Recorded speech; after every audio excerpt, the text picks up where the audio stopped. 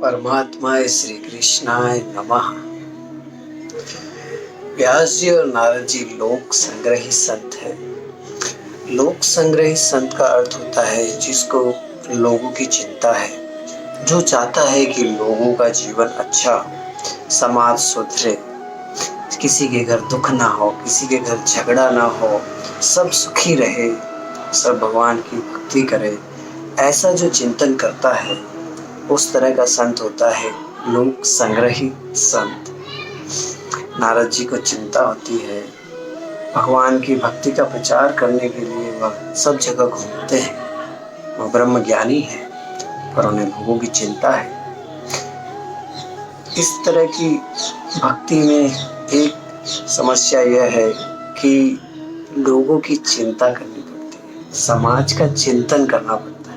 भगवान का चिंतन छोड़कर समाज का चिंतन करना पड़ता है, क्योंकि वह योग्यता के आधार पर ही किया जा सकता है और उसमें राग और द्वेष उत्पन्न होते हैं।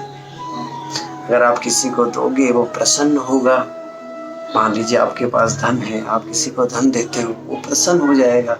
किसको धन नहीं देते वह दुखी होगा, वो आपको श्राप भी देगा, कम देंगे तो भी श्राप देगा। तो आपके पास ज्ञान है, किसी को आप ज्ञान देते हैं प्रसन्न होगा, आपको आशीर्वाद देगा। और आप ज्ञान नहीं देते, बात कोई पूछता है आप नहीं बताते, तो वो आपको श्राप भी दे सकता है। तो इस तरह के व्यवहार में राग और द्वेष है और भगवान का चिंतन नहीं है, भगवान की भक्ति कम हो जाती है। समाज सेवा सभी का धर्म है, सभी को समाज की सेवा करनी चाहिए, योग्य व्यक्ति की मदद करनी चाहिए। इसी से समाज संपूर्ण बनता है और अच्छा दिन ब दिन अच्छा होता जाता है। सुखदेव जी महाराज लोक त्यागी संत हैं। उनको पता ही नहीं कि संसार बिगड़ा है।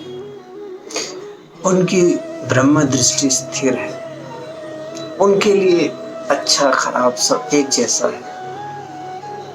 उनके लिए ना कोई राजा है, ना कोई भिखारी है, ना कोई मूर्ख है, ना कोई ज्ञानी है, ना कोई स्त्री है, ना कोई पुरुष है, ना कोई जड़ है, ना कोई चेतन है। उनकी ब्रह्म दृष्टि स्थिर है। सुखदेव जी महाराज के लिए सभी समान है। सुखदेव जी महाराज प्रभु का दर्शन करते करते भागवत कथा करते हैं। सूर्य नारायण, सूर्य जो है सन, उनको अंधकार नहीं पता। एक व्यक्ति उनकी पूजा करता है, आरती करता है, वह कहता है कि आपके आने से अंधकार मिट गया। सूर्य नारायण कहते हैं आप मेरा उपकार मानते हैं, मुझे बताइए अंधकार कहाँ है? मैंने कभी अंधकार देखा ही नहीं। सूर्य नारायण के सामने अंधकार रह नहीं सकता। उसी तरह सुखदेव जी को संसार खराब दिखता ही नहीं, बिगड़ा हुआ है ही, सब अच्छा है। प्रभु की भक्ति में वह लीन रहते हैं। सुखदेव जी महाराज में ज्ञान, वैराग्य और भक्ति परिपूर्ण है, इसीलिए वह लोक त्यागी संत है।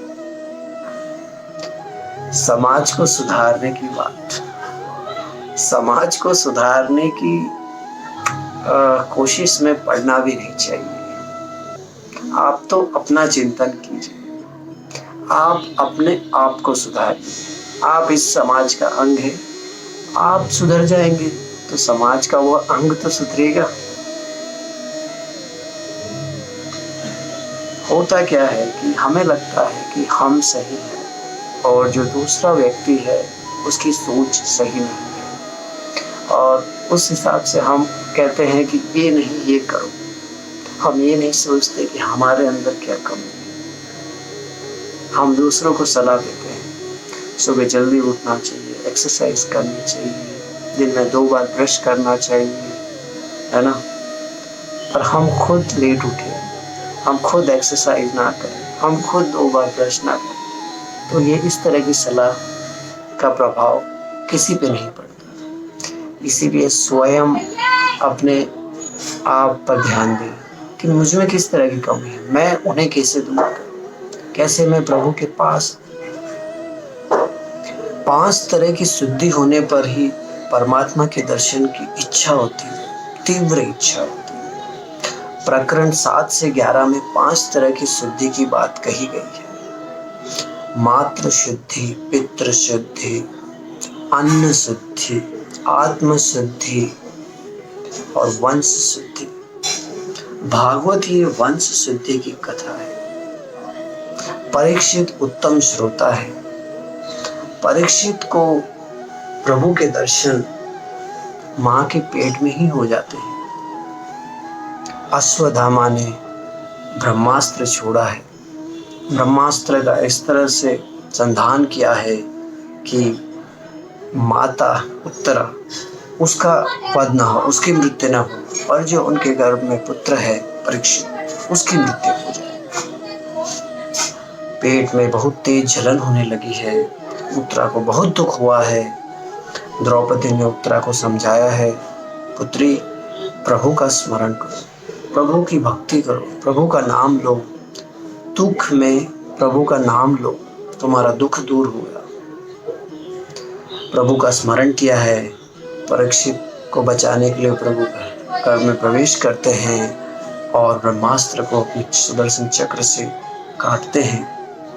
परीक्षित को प्रभु के दर्शन मां के पेट में ही हुए हैं। द्रौपदी घर की बड़ी है। उन्होंने अपने से छोटी पुत्री को, पुत्रवधू को बताया कि भगवान की भक्ति करो। बच्चे घर के बड़े जो करते हैं उसी का अनुसरण करते हैं। वो कहते उनका अनुसरण नहीं करते, वो जो करते हैं उनका अनुसरण करते हैं। बच्चों के देखते हुए बहुत भक्ति करो। घर के बड़े अगर सिर्फ बातें करते हैं तो बच्चे भी फिर बातें करते हैं। घर के बड़े कोई सत्काम करते हैं तो बच्चे उनको देख के सत्काम करते हैं।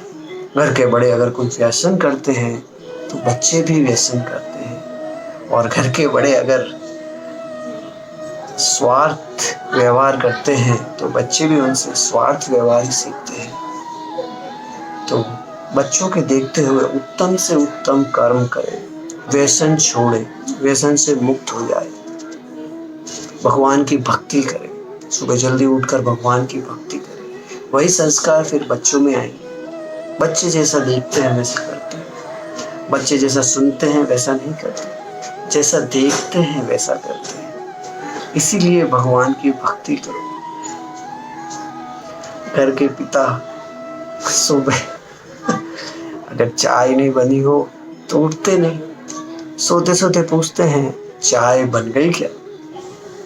अरे चाय जड़ है, आप चेतन हो, आपके चाय के दास हो, आप तो प्रभु के दास हो। जड़ चाय से प्रेम छोड़िए, प्रभु की भक्ति कीजिए, सुबह जल्दी उठिए। आजकल लोग डॉक्टर को बहुत क्रेडिट देते हैं, डॉक्टर ने ये किया, डॉक्टर ने वो किया। डॉक्टर को बुद्धि देने वाले भी भगवान हैं।